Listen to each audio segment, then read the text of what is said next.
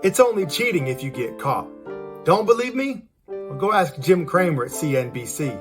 What's important when you're in that hedge fund mode is to not do anything remotely truthful.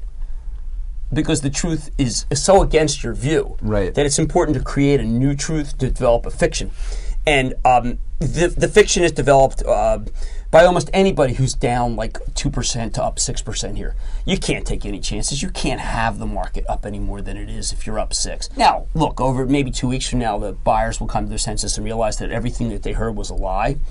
But then again, Fannie Mae lied about their earnings for $6 billion. So, and Bristol Myers lied. It's just fiction and fiction and fiction. And I think it's important for people to recognize that the way that the market really works is to have that nexus of hit the brokerage houses with a series of orders that can push it down, then leak it to the press, and then get it on CNBC. That's also very important. And then you have a kind of a vicious cycle down. And it's a pretty good game. The only difference between FTX and SBF and the rest of the financial market makers and bankers is they got caught. Someone called their bluff, exposed them, and sunk them. My theory is just like the criminals in jail. I mean, do you think that the only criminals are the ones who are in jail? No. The only difference between them and so many others is they got caught. Many of them ratted out by their competitors, if you want to use that term. And now that he or she is behind bars, this creates space for the free criminal to access more of the total addressable markets. Don't be fooled. Yes, it appears SBF did some unacceptable things, and we will all know soon just how nefarious it was, but don't be foolish enough to think that he is the only one engaging in such behavior. The world's economies are built on debt, leverage, borrowing money to pay off what we borrowed the first time.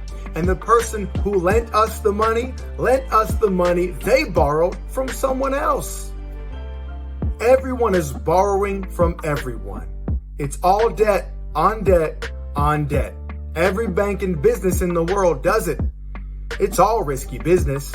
Anthony Pompliano is an entrepreneur, investor, and Bitcoin believer. Recently, he went on CNBC and was grilled by host Scott Wapner about this whole situation. I wish Pomp would have called Scott out on this. Every financial institution is vulnerable.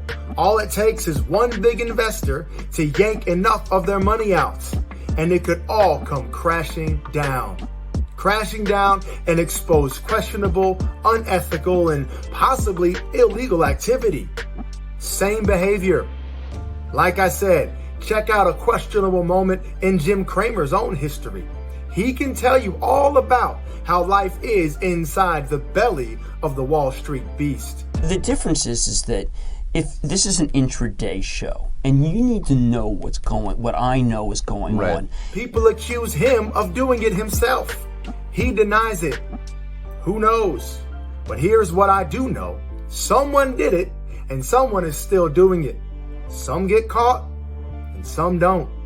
Again, these are my thoughts. But what do you think? I think that it is important that we talk about these things. Take a good long look at SBF and FTX and consider what they did wrong. And then find similar patterns of thinking and behavior in your own heart and mind. Those similarities should alarm you. But now, the question is not, what are the authorities going to do about Sam Bankman-Fried and his crew? But instead, what are you going to do about you?